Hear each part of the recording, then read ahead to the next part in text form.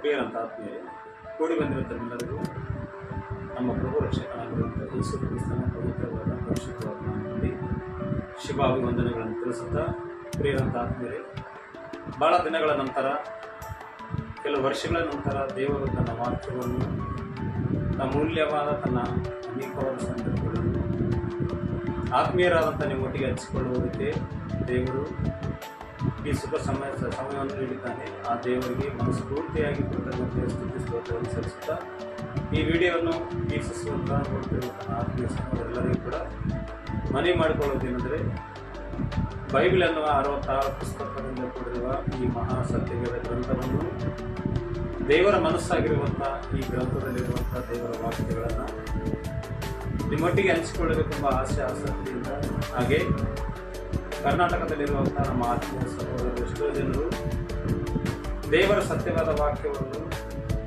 ತಿಳ್ಕೊಳ್ಳದೆ, ದೇವರ ಮನಸ್ಸನ್ನು ತಿಳ್ಕೊಳ್ಳದೆ, ನಮ್ಮ ಜನ್ಮ ಪರಮಾರ್ಥವನ್ನು ತಿಳ್ಕೊಳ್ಳದೆ, ಭೂಮಿ ಮೇಲೆ ನಾವು ಅದಕ್ಕೋಸ್ಕರ ತಿಳ್ಕೊಳ್ಳದೆ ಎಷ್ಟೋ ಜನ ಜೀವಿಸ್ತಿರುವಾಗ, ದೇವರ ಈ ಅಮೂಲ್ಯವಾದ ವಾಕ್ಯಗಳನ್ನು ಕೆಲವರಿಗಾಗಿ ತಿಳಿಯಪಡಿಸಿ ಬಲಪಡಿಸಿ ದೇವರ ವಾಕ್ಯದ ಕಡೆ ನಡೆಸಬೇಕು, ದೇವರ ಮನಸ್ಸನ್ನು ತಿಳಿಸಬೇಕೆಂಬ ಆಶೆ ಆಸಕ್ತಿಯಿಂದ ದೇವರ ವಾಕ್ಯವನ್ನು ಒಟ್ಟಿಗೆ ಹಂಚಿಕೊಳ್ಳೋದಕ್ಕೆ ಇಷ್ಟಪಡ್ತಾ ಇದೆ. ನಮ್ಮ ಹೆಸರು ಶಾಂತಕುಮಾರ್ ಅಂತೇಳಿ, ಕರ್ನಾಟಕ ರಾಯಚೂರು ಡಿಸ್ಟ್ರಿಕ್ಟ್ ಮಾರ್ಗಿ. ಪ್ರಿಯರಂತ ಆತ್ಮೀಯರೇ, ಭಾಳ ದಿನಗಳ ನಂತರ ಮತ್ತು ದೇವರ ವಾಕ್ಯ ಹಂಚಿಕೊಳ್ಳೋದಕ್ಕೆ ಈ ಒಂದು ಅದ್ಭುತವಾದಂಥ ವಾಕ್ಯವನ್ನು ಒಟ್ಟಿಗೆ ಹಂಚಿಕೊಳ್ಳೋದಕ್ಕೆ ಅವಕಾಶ ಮಾಡಿಕೊಡ್ತೀನಿ. ವಾಕ್ಯವನ್ನು ಕೇಳುವಂಥ ಆತ್ಮೀಯರಿಗೆ ಕೇಳಿಕೊಳ್ಳೋದಂದರೆ, ಬೈಬಲ್ ಅನ್ನುವ ಪುಸ್ತಕದಲ್ಲಿ ಪ್ರಾರಂಭದ ಪುಸ್ತಕ ಆದಿಕಾಂಡ ಪ್ರಕಟಣೆ ಗ್ರಂಥದಲ್ಲಿ, ಪ್ರಕಟಣಾ ಗ್ರಂಥದವರೆಗೂ 66 ಪುಸ್ತಕದಿಂದ ಕೊಡುವಂಥ ಗ್ರಂಥದಲ್ಲಿ ಅನೇಕ ದೇವರ ಮನಸ್ಸಿನಲ್ಲಿರುವಂಥ ಸಂಗತಿಗಳನ್ನು, ದೇವರ ವಿಷಯಗಳನ್ನು, ದೇವರ ವಾಕ್ಯಗಳನ್ನು ಎಷ್ಟೋ ಮಂದಿ ಭಕ್ತರು ಪ್ರಾರಂಭದಿಂದ ಹಿಡಿದು 1ನೇ ಶತಮಾನದವರೆಗೂ, ಅಂದರೆ ಅಪೊಸ್ತಲರವರೆಗೂ ದೇವರಿಗೋಸ್ಕರ ಎಷ್ಟು ತ್ಯಾಗ ಮಾಡಿದ್ದಾರೋ, ದೇವರಿಗೋಸ್ಕರ ಯಾವ ರೀತಿ ಬದುಕಿದ್ದಾರೋ, ದೇವರಿಗೋಸ್ಕರ ತಮ್ಮ ಪ್ರಾಣಗಳನ್ನು ಯಾವ ರೀತಿ ಸಮರ್ಪಿಸಿದ್ದಾರೋ, ಆ ದೇವರ ಮಹೋನ್ನತವಾದ ಪ್ರೀತಿಯಲ್ಲಿ ಸಮಾಜಕ್ಕೆ ಸಾರಿ ಹೇಳುವುದಕ್ಕೆ ಭಕ್ತರು ಎಷ್ಟು ಶ್ರಮೆಗಳನ್ನು, ಎಷ್ಟು ಕಷ್ಟಗಳನ್ನು, ಎಷ್ಟು ಬಾಧೆಗಳನ್ನು ಅನುಭವಿಸ್ತಾರೋ, ಅವರ ಒಂದು ತ್ಯಾಗ ಎಂಥದ್ದು, ಅವರ ಒಂದು ಜೀವಿತ ಹೇಗಿತ್ತು, ದೇವರು ಅವರನ್ನು ಹೇಗೆ ಮೆಚ್ಚಿದನು ಎನ್ನುವಂಥ ಅನೇಕ ಸಂಗತಿಗಳನ್ನು ಬೈಬಲಿಂದ ತಿಳಿದುಕೊಂಡು ಕಲಿತುಕೊಳ್ಳೋಣ. ಬೇರಂತ ಆತ್ಮೀಯರೇ, ಪ್ರಾರಂಭದಲ್ಲಿ ದೇವರಿಗೆ ಇಷ್ಟನಾಗಿರುವಂಥ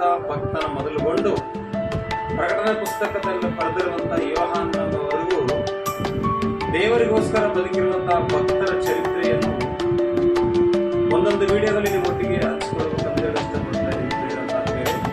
ನೀವೆಲ್ಲರೂ ದೇವರ ವಾಕ್ಯದಲ್ಲಿ ಸಹಭಾಗಿಗಳಾಗಿ ಈ ವಾಕ್ಯಗಳನ್ನು ಅನೇಕರಿಗೆ ಶೇರ್ ಮಾಡಿ, ಅನೇಕರಿಗೆ ತಿಳಿಸಿ, ಅನೇಕರನ್ನ ದೇವರಲ್ಲಿ ಬಲಪಡಿಸಲಿಕ್ಕೆ ನೀವು ಕೂಡ ನಮಗೆ ಸಹಾಯಕರಾಗಿರುತ್ತಾರೆ. ಎಲ್ಲರಲ್ಲೂ ಕೂಡ ಕ್ರಿಸ್ತನ ನಾಮದಲ್ಲಿ ಮನವಿ ಮಾಡಿಕೊಳ್ಳುತ್ತೇವೆ.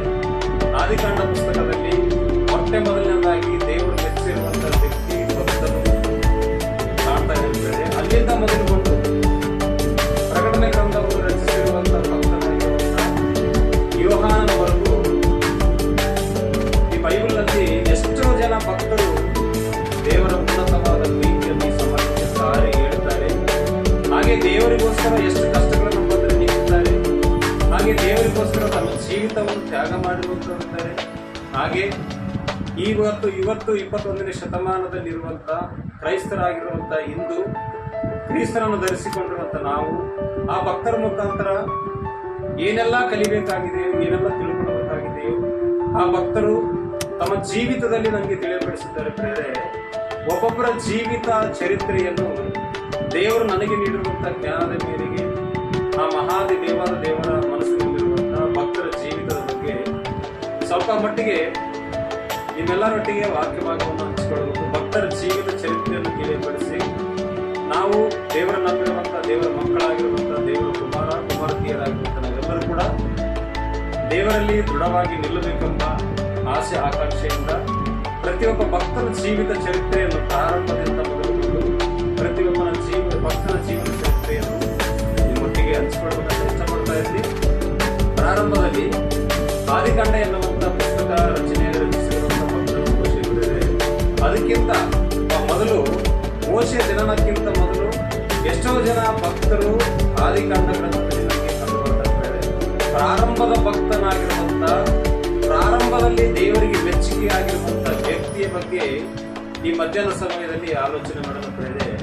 ಹಾಗೆ ಆ ಭಕ್ತನ ಮುಖಾಂತರ ನಾವು ಕಲಿಬೇಕಾಗಿರುವಂಥದ್ದೇನು, ನಾವು ತಿಳ್ಕೊಳ್ಬೇಕಾಗಿರುವಂಥದ್ದೇನು, ಆ ಭಕ್ತನ ಜೀವನ ಚರಿತ್ರೆಯಲ್ಲಿ ದೇವರು ನಮಗೆ ಯಾವ ಪಾಠವನ್ನು ಕಲಿಸ್ತಾ ಇದ್ದಾನೋ ಅದರಿಂದ ನಾವು ಏನು ಕಲಿತುಕೊಳ್ಳಬೇಕಾಗಿದೆಯೋ ದೇವರ ಅದ್ಭುತವಾದಂಥ ವಾಕ್ಯ ಸಂದೇಶದ ಮುಖಾಂತರ ನಮಗೆ ತಿಳಿಸ್ತಾರೆ.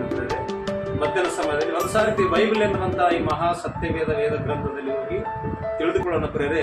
ಆದಿಕಾಂಡ ಗ್ರಂಥ 4ನೇ ಅಧ್ಯಾಯ ಪ್ರಾರಂಭದ ವಚನದಿಂದ ಕೆಲವು ವಚನಗಳನ್ನು ಓದ್ತೀನಿ ಪ್ರೇರೆ. ಕೆಲವು ದೇವರ ಮಾತುಗಳನ್ನು ನಿಮ್ಮೊಟ್ಟಿಗೆ ಹಂಚಿಕೊಳ್ತಾ ಇದ್ದೀನಿ. ನೀವೆಲ್ಲ ಜಾಗೃತಿಯಿಂದ ಕೇಳಬೇಕಾಗಿ ಮತ್ತೊಂದು ಸಾರಿ ಮನವಿ ಮಾಡಿಕೊಳ್ತಾ ಇದ್ದೀನಿ. ಆದಿಕಾಂಡ ಗ್ರಂಥ 4ನೇ ಅಧ್ಯಾಯ ಪ್ರಾರಂಭದ ವಚನದಿಂದ. ಇಲ್ಲಿ ಪ್ರಾರಂಭ ಭಕ್ತನು ದೇವರು ಇಷ್ಟಪಟ್ಟಿರುವಂತ ವ್ಯಕ್ತಿ, ದೇವರು ಮೆಚ್ಚಿರುವಂತ ವ್ಯಕ್ತಿ. ಆ ವ್ಯಕ್ತಿನ ಯಾಕೆ ದೇವರು ಮೆಚ್ಚಿದನು ಏನ್ರಿ? ಬೈಬಲ್ ಅನ್ನುವಂತ 66 ಪುಸ್ತಕದಲ್ಲಿ ಪ್ರತಿಯೊಬ್ಬ ಭಕ್ತರ ಜೀವನ ಚರಿತ್ರೆ